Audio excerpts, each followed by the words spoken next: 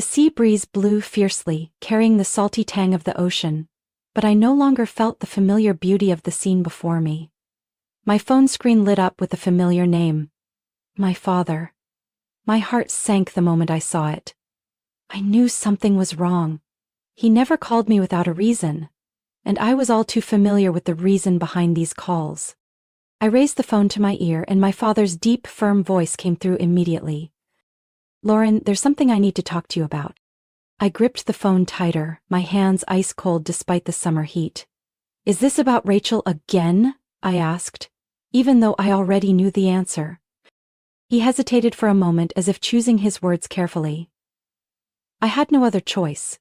Rachel is in trouble, and we can't just let her face this alone. I closed my eyes, my worry quickly turning into anger as I realized what was coming. What did you do? I asked, trying to stay calm, but my voice trembled with fury. I sold the vacation home. The contract is signed, just waiting for the transfer. A storm of rage crashed inside my chest, like waves slamming against the cliffs below. You sold the vacation home without telling me? How could you do this? I nearly shouted. You hardly even use it, my father said, his tone growing defensive. But Rachel, she really needs help. The anger inside me flared. That house isn't just a piece of property. It's something Ethan and I worked so hard to achieve. You had no right to make that decision for me. He let out a heavy sigh. Lauren, we're family. We help each other. It's the right thing to do. I let out a bitter laugh. I had heard this my entire life. Family, helping each other, but in this endless cycle I was always the one making the sacrifices. I am Lauren Carter and my life has never truly been my own. Memories of my childhood rushed back like a fast-forward reel, fragments of a life where I had never been in control. I remembered my 6th birthday when I finally got the doll I had been wishing for all year. I had grinned with excitement as I tore open the wrapping paper, my heart pounding with joy. But that happiness didn't last long. Rachel, my younger sister 3 years my junior, saw the doll and burst into tears. My mother immediately turned to me, her expression firm. Lauren, you're older. Let Rachel have it. She's still little. I held the doll close to my chest, but my mother's gaze and Rachel's relentless crying forced me to hand it over. That night I lay in bed, listening to Rachel happily playing with my doll, and I realized one thing. I would never be as important as my sister. But the story didn't end with just a doll. When I was 8, I received a set of paints for Christmas. I fell in love with it instantly. The shiny tubes of color felt like a small treasure. I spent the entire morning painting, happily lost in my own world. Then Rachel saw it. She wants to paint too, my mother said when Rachel tried to snatch my paint set. You're the big sister, you should share. What did sharing mean? It meant Rachel took everything that was mine, and all I could do was watch. When I was 10, I wanted to join a dance class, but my parents said there wasn't enough money because they were paying for Rachel's piano lessons. I cried, but my tears didn't matter as much as my sister's hobbies. When I was 13, I won an award in a school writing competition, but my parents didn't even attend the ceremony. Rachel has a piano recital that day, my mother said. You understand, right? When I was 16, I earned the highest score on my midterm exams and came home beaming with pride. But my parents only asked one question. Did Rachel do well? Little by little, I stopped trying to earn their approval, because no matter what I did, they would never care. The only time I was able to take control of my own life was when I went to college, where I met Ethan. Together we built a business, working day and night to achieve everything we had. And this vacation home, this was a symbol of our years of hard work, not just some asset that could be casually sold. And yet, my parents sold it, without asking, without hesitation, all because of Rachel. I gripped the phone tightly, my voice colder than ever. You forged my signature to sell the house, didn't you? My father fell silent. I took a deep breath, feeling every wave crashing against the cliffs below me. This isn't a family matter anymore. This is fraud. I hung up. The night was slowly settling in, but I no longer had the mind to admire the breathtaking scenery. All I felt was betrayal and the storm of anger surging in my chest. They had gone too far this time, and I wasn't going to let this go. I had decided to distance myself from my family long ago, but it wasn't until college that I truly felt what freedom meant. No more family dinners where every conversation revolved around Rachel. No more demands for me to sacrifice for my sister. I could finally make my own decisions, live my life the way I wanted. I majored in business administration at a university in California, far from the home where I had grown up. No one from my family saw me off when I moved into my dorm, but I hadn't expected them to. I had long understood that nothing I did would ever be acknowledged by my parents. They were too preoccupied with Rachel to care about me. At first I balanced school and part-time jobs to support myself.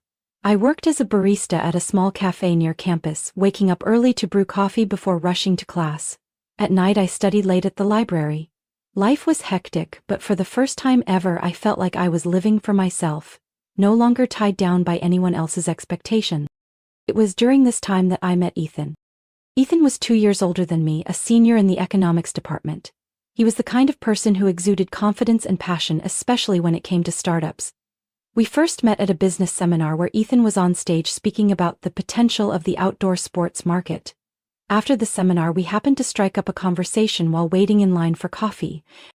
"Lauren, right? I saw you taking notes pretty diligently," Ethan said with a friendly smile, his eyes gleaming with interest. I nodded. "It's a fascinating topic. I want to try my hand at business after graduation." He tilted his head slightly, a knowing smile playing on his lips. "If you're really interested, I might have an idea you'd like." A few days later, Ethan invited me to join a small group of students who shared a passion for entrepreneurship. They were planning to launch a company specializing in distributing marine sports equipment, particularly surfboards and accessories. I had never tried any water sports before, but Ethan's enthusiasm was contagious. The first time I stood on the shore, watching the waves crash onto the beach, I felt a sense of freedom I had never known before. Ethan handed me a surfboard, his smile filled with encouragement. "It's not easy, but give it a try." I plunged into the water, getting knocked down by the waves over and over again, my face burned with exhaustion and frustration. But Ethan just laughed. "Everyone's like this their first time, just keep trying." And so I did, again and again, until I finally managed to stand on the board, feeling the cool ocean breeze rush past me. It was a magical moment. Like the first time I had ever done something just for myself, not for anyone else. Just like that, I gradually became immersed in Ethan's startup project. We worked day and night to build the company, sourcing products from small manufacturers and trying to break into the market. During the day I still attended classes, but at night I dedicated all my time to the business. While my classmates were out enjoying college life, I was writing business plans, making calls to suppliers, and strategizing marketing campaigns. At first nothing was easy. No one wanted to partner with a group of inexperienced college students. We faced rejection after rejection, but Ethan never gave up and neither did I. We attended marine sports events, networked with athletes, and slowly built our reputation. 2 years after graduation, we landed our first customers. Then the company started growing. We expanded into other states, signed deals with larger suppliers, and turned what was once just a vague idea among students into a real thriving business. And then we bought the beach house. It wasn't just a house, it was a symbol of all our hard work. The sleepless nights, the failures, and the moments of victory. The day we moved in, Ethan and I stood on the veranda, watching the sun set over the ocean. "We did it," he said, taking my hand. I smiled. "Yeah, this is just the beginning." But no matter how hard I worked, no matter how much I built my own life, my parents never acknowledged anything I did. They were never proud of me for starting my company. They never asked about my success, but every time Rachel got into trouble, they called me. Rachel dropped out of college after just 1 year. She said the academic pressure was too much. Then she jumped from job to job, never staying anywhere for long. And soon she started accumulating debt. First, it was credit cards, then personal loans. For the first time, my parents called me not to ask about my life but to ask for money. They told me Rachel was struggling and that I should help my sister. I refused. But they didn't give up. They did everything they could to get more money, even selling land and draining their savings. I didn't know how much they had given Rachel over the years, but I did know that every time she made a mistake, they were there to clean up the mess. And this time they had sold my vacation home. I stared at my phone screen, the call now ended. My heart felt like it was being crushed. I had spent my entire life trying to prove that I wasn't invisible in this family. But to my parents, the only person who ever truly mattered was Rachel. This time I wouldn't stay silent. I grabbed my car keys and stepped out of the vacation home. If they thought I would let this go, they were wrong. I drove back to the city that very night, my anger still burning in my chest as I arrived at the police station. I had gathered enough evidence, fraudulent signatures, transfer documents, and text messages from my father to the buyer proving he had planned to sell the house for months. The officer on duty flipped through the documents, then looked up at me, his expression serious. "Are you sure you want to go through with this? Fraud or not, they're still your parents." I took a deep breath. "I'm sure. They've gone too far, and I won't let them keep doing this." A few days later, the police launched an official investigation. My parents were summoned for questioning. When the officers arrived at their house, my mother panicked and called me over and over again. I didn't answer. I no longer cared about their excuses or pleas. As news of the investigation spread, my father was forced to resign. He had been a well-respected financial officer at his company, but once the fraud was exposed, his reputation crumbled instantly. He was asked to leave immediately, losing his main source of income. My mother, who had spent her entire life enjoying comfort and security, suddenly had to struggle just to make ends meet. She took on multiple part-time jobs, answering calls at a customer service center during the day, cleaning office buildings at night. She had once looked down on jobs like these, but now, she had no choice. But even with all their efforts, it still wasn't enough to cover the massive debt they had taken on for Rachel. And just as I had expected, Rachel hadn't changed at all. After being caught up in a financial scam, she lost the last of her money and once again turned to my parents for help, but this time they had nothing left to give her. Rachel came to me. One evening, while I was at my office, my phone rang. An unknown number. I answered. "Lauren, it's me." Her voice was filled with desperation. I closed my eyes, exhaustion washing over me. "Rachel, what do you want now?" "You have to help me," she sobbed. "You don't understand. I have nothing left. I can't pay my rent. My credit cards are maxed out. You can't just abandon me." I tightened my grip on the phone. "Why should I help you?" Rachel choked back a sob. "Because we're family."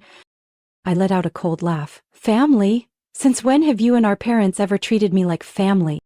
"You're the only one who can help me," she pleaded, her voice trembling. "Just lend me $50,000. I swear I'll pay you back." I didn't hesitate, no. "Lauren, you can't do this. You're my sister.